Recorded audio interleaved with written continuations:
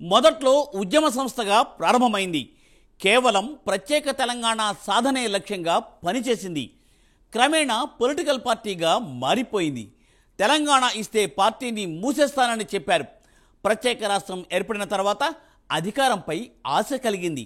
తామే తెలంగాణ రావడానికి కారకులమని ఎన్నికల్లో పోటీ చేసి 2 సార్లు అధికారంలోకి వచ్చింది. ఇక తమకు తిరిగే లేదని భావిస్తున్న సమయంలో 2023 ఎన్నికలు గట్టి దెబ్బే కొట్టాయి. సరేలే, ఓటమి సహజం అనుకుని సరిపెట్టుకున్నారు. వెంటనే వచ్చిన లోక్సభ ఎన్నికల్లో ఒక్క స్థానం కూడా గెలుచుకోలేక నేల కరిచారు. దీంతో అధినేత ఫామ్ హౌస్ దాటి బయటకు రావడం లేదు. 2025 నుండి రంగంలోకి దిగనున్నారని ఆ పార్టీ శ్రేణులు చెబుతున్నాయి. ఈ క్రమంలో ఉద్యమ పార్టీ బీఆర్ఎస్పై ప్రైమ్ 9 ప్రత్యేక కథనం.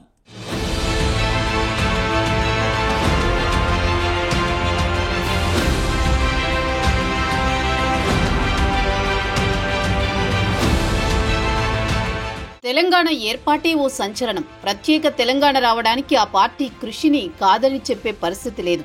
ఎవరు ఏమనుకున్నా నాటి టీఆర్ఎస్ పార్టీ పోషించిన పాత్ర మరువలేనిది. ఆ పార్టీ అధినేత కేసీఆర్ సాహసం మరువలేనిది. అలాంటి ఉద్యమ పార్టీ ఒక్క పరాజయంతో చతికిలబడింది. పార్టీ ఆవిర్భావం నుంచి ప్రతి పార్లమెంట్ ఎన్నికల్లో కనీసం 2 సీట్లన్నా గెలుచుకునేది. కానీ గత పార్లమెంట్ ఎన్నికల్లో ఒక్క స్థానం కూడా గెలవలేక తన ఉనికే ప్రమాదంలో పడే స్థాయిలోకి వచ్చింది. శాసనసభ, లోక్సభలో వరుస ఓటములతో కుదేలయ్యింది. అధినేత కేసీఆర్ ఫామ్ హౌస్ కే పరిమితమయ్యారు. శాసనసభ ప్రతిపక్ష నేతగా ఎన్నికైనా ఒక్కసారి కూడా శాసనసభ సమావేశాలకు హాజరు కాలేదు. దీంతో తీవ్ర విమర్శలు వస్తున్నాయి. తాజాగా మాజీ భారత ప్రధాని మన్మోహన్ సింగ్ కు సంతాపం తెలియజేయడానికి అసెంబ్లీ ప్రత్యేక సమావేశం ఏర్పాటు చేశారు. ఈ సమావేశానికి వచ్చి మాజీ ప్రధానికి సంతాపం తెలియజేస్తారని అందరూ భావించారు. కానీ కేసీఆర్ కాలు కదపలేదు, కారు ఎక్కలేదు. దీనిపైన విమర్శలు వచ్చాయి. సభ ద్వారా మాజీ ప్రధానికి సంతాపం తెలియచేయకుండా కనీస మర్యాద పాటించలేదని అన్ని వర్గాల నుంచి విమర్శలు వస్తున్నాయి.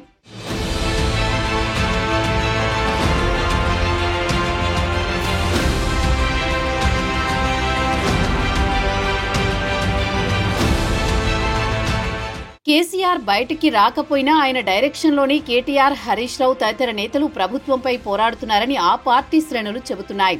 ఇటీవల మళ్లీ రంగంలోకి దిగిన కవిత కూడా కేసీఆర్ డైరెక్షన్లోనే క్రియాశీల రాజకీయాల్లోకి మళ్లీ అడుగుపెట్టినట్టు తెలుస్తోంది.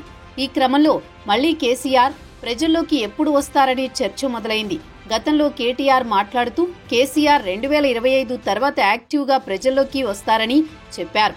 అయితే 2025లో పార్టీని బలోపేతం చేసి సంస్థాగతంగా బలపడిన తర్వాతే కేసీఆర్ బయటికి వస్తారని తెలుస్తోంది.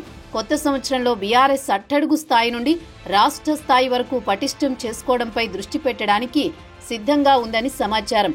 పార్టీ వర్కింగ్ ప్రెసిడెంట్ కేటీఆర్ మాట్లాడుతూ రాబోయే కొద్ది నెలల్లో పార్టీ సభ్యత్వ కార్యక్రమం, శిక్షణా కార్యక్రమాలు, ఇతర అనేక కార్యక్రమాలు చేపట్టడానికి ప్రయత్నాలు జరుగుతున్నాయని చెప్పారు. బూత్ స్థాయి నుంచి రాష్ట్ర స్థాయి వరకు వివిధ అంతర్గత కమిటీలను నియమించడంతో పాటు పార్టీ అధ్యక్షుడి ఎన్నిక కూడా జరగనుంది.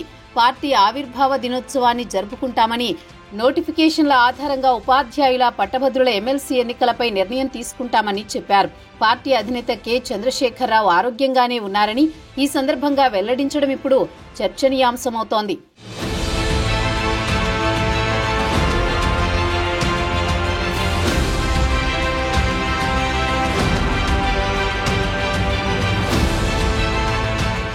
మరోవైపు ప్రభుత్వం ఎటువంటి పెద్ద ప్రాజెక్టులను ప్రారంభించకుండానే ఏడాది వ్యవధిలో 1.39 లక్షల కోట్ల అప్పులు చేసిందని ఆరోపించారు కేటీఆర్.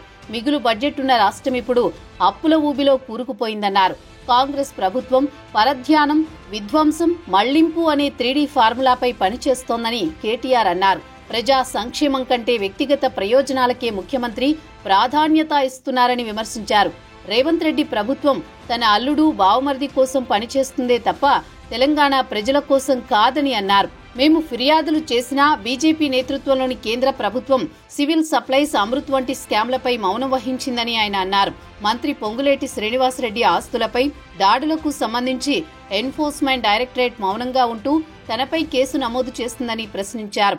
హైదరాబాద్లోని సంధ్యా థియేటర్లో తొక్కిసలాట ఘటనపై రేవంత్ రెడ్డి చేసిన వ్యాఖ్యలు తన వైఫల్యాలను కప్పిపుచ్చుకోవడానికి ప్రజల దృష్టి మరల్చేందుకు ప్రయత్నించారని కేటీఆర్ అన్నారు. గురుకుల పాఠశాలల్లో విద్యార్థులు, ఆటో డ్రైవర్లు, రైతుల విషాద మరణాలను ప్రభుత్వం పరిష్కరించాలని డిమాండ్ చేశారు.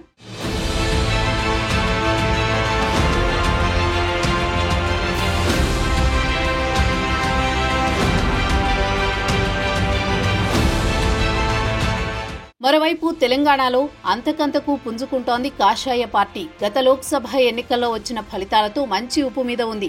తెలంగాణలో కాంగ్రెస్ కు తామే ప్రత్యామ్నాయమని భావిస్తోంది. ఉత్తర తెలంగాణలో ఎక్కువ పార్లమెంటు స్థానాలు గెలుచుకుని కాంగ్రెస్, బీఆర్ఎస్లకు గట్టి సవాల్ విసురుతోంది కమలం పార్టీ. పైగా కేంద్రంలో అధికారంలో ఉంది. దీంతో బీజేపీ తెలంగాణలో ఫోకస్ పెట్టింది. రాబోయే స్థానిక సంస్థల ఎన్నికల్లోనే సత్తా చాటాలని భావిస్తోంది. ఈ క్రమంలో బీఆర్ఎస్ పరిస్థితి అగమ్య గోచరంగా తయారైందని రాజకీయ విశ్లేషకులు అంటున్నారు. ఈ దశలో బీఆర్ఎస్ ను ఎలా బలోపేతం చేయాలనే దానిపై ఫోకస్ పెట్టారు.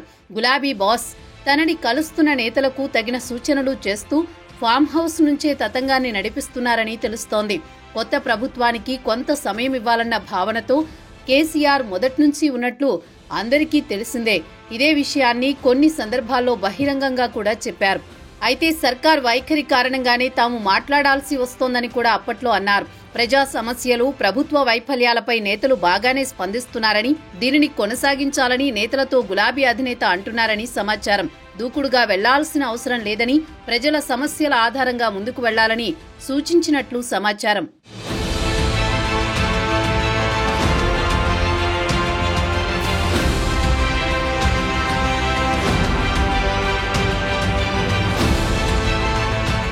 మరోవైపు జిల్లా కేంద్రాలు, జిల్లాల్లో పార్టీ కార్యక్రమాల్లో కొంత వేగం పెంచాలని, స్థానిక సమస్యలపై సత్వరమే స్పందించాలని నేతలతో కేసీఆర్ అన్నట్లు తెలిసింది. కాంగ్రెస్ ప్రభుత్వం ఏడాది పూర్తి చేసుకుంది. ఇక ఇప్పుడు సమస్యల ఆధారంగా ప్రజల్లోకి వెళితే బాగుంటుందని కేసీఆర్ వారితో అన్నట్లు సమాచారం. పరిస్థితులను బట్టి కార్యాచరణ తీసుకుందామని చెప్పినట్లు తెలిసింది. త్వరలోనే కేసీఆర్ ఓ కార్యాచరణతో ప్రజల్లోకి వచ్చే అవకాశం ఉందని నేతలు చెప్తున్నారు. చూడాలి మరి కేసీఆర్ ఎప్పుడు బయటికి వస్తారో, బీఆర్ఎస్ ని ఎలా బలోపేతం చేస్తారో.